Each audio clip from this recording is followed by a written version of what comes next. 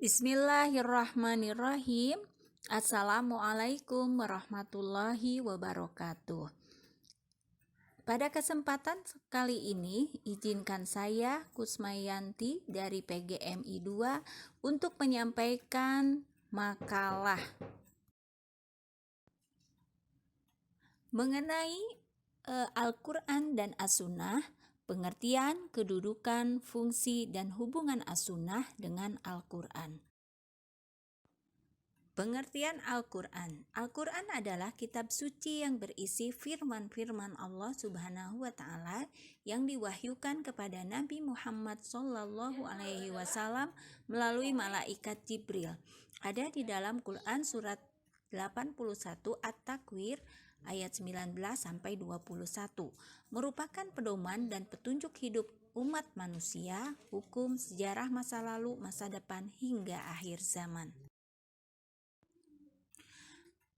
As-Sunnah adalah segala sesuatu yang disandarkan kepada Nabi Muhammad SAW, baik perkataan, perbuatan, persetujuan, meliputi sifat, kelakuan, dan perjalanan hidup beliau, baik sebelum maupun setelah diangkat menjadi Rasul atau utusan Allah. Kedudukan Al-Quran. Kedudukan Al-Quran adalah 1. Sebagai mukjizat Nabi Muhammad SAW. 2.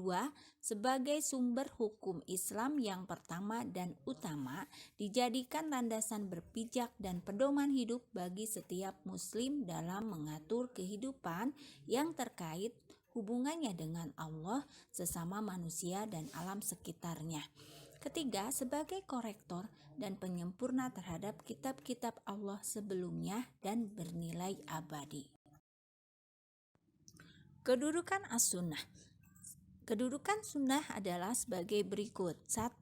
Sebagai dasar tasyri atau sumber hukum dalam Islam yang utama atau penjelas ayat Al-Quran. Kedua, menjadi pedoman tambahan dan pelengkap ketika muncul persoalan yang tidak spesifik dalam Al-Quran. 3. Al-Quran dan As-Sunnah sebagai rujukan para ulama untuk mengeluarkan fatwa dan aturan lainnya. Fungsi Al-Quran. Fungsi Al-Quran diantaranya 1.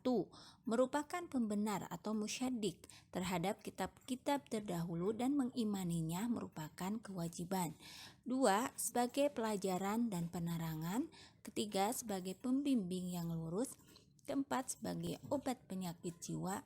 5. Sebagai pedoman hidup bagi manusia, petunjuk dan rahmat bagi yang meyakininya. 6. Sebagai peringatan. Fungsi As-Sunnah. 1. Merupakan sumber hukum Islam yang kedua setelah Al-Quran. Kedua, penjelas terhadap hukum-hukum Al-Quran. Ketiga, perinci dari hukum-hukum Al-Quran yang masih bersifat global. Keempat, sumber hukum yang berdiri sendiri. Hubungan As-Sunnah dengan Al-Quran. Sunnah bisa mempertegas apa yang ada dalam Al-Quran, menjelaskan cara untuk mengerjakan sesuatu. Ketiga, memperkenalkan ajaran-ajaran baru yang bersumber dari Al-Quran. Demikian yang bisa saya sampaikan. Terima kasih atas perhatiannya dan mohon maaf apabila terdapat kekurangan dan kesalahan. Assalamualaikum warahmatullahi wabarakatuh.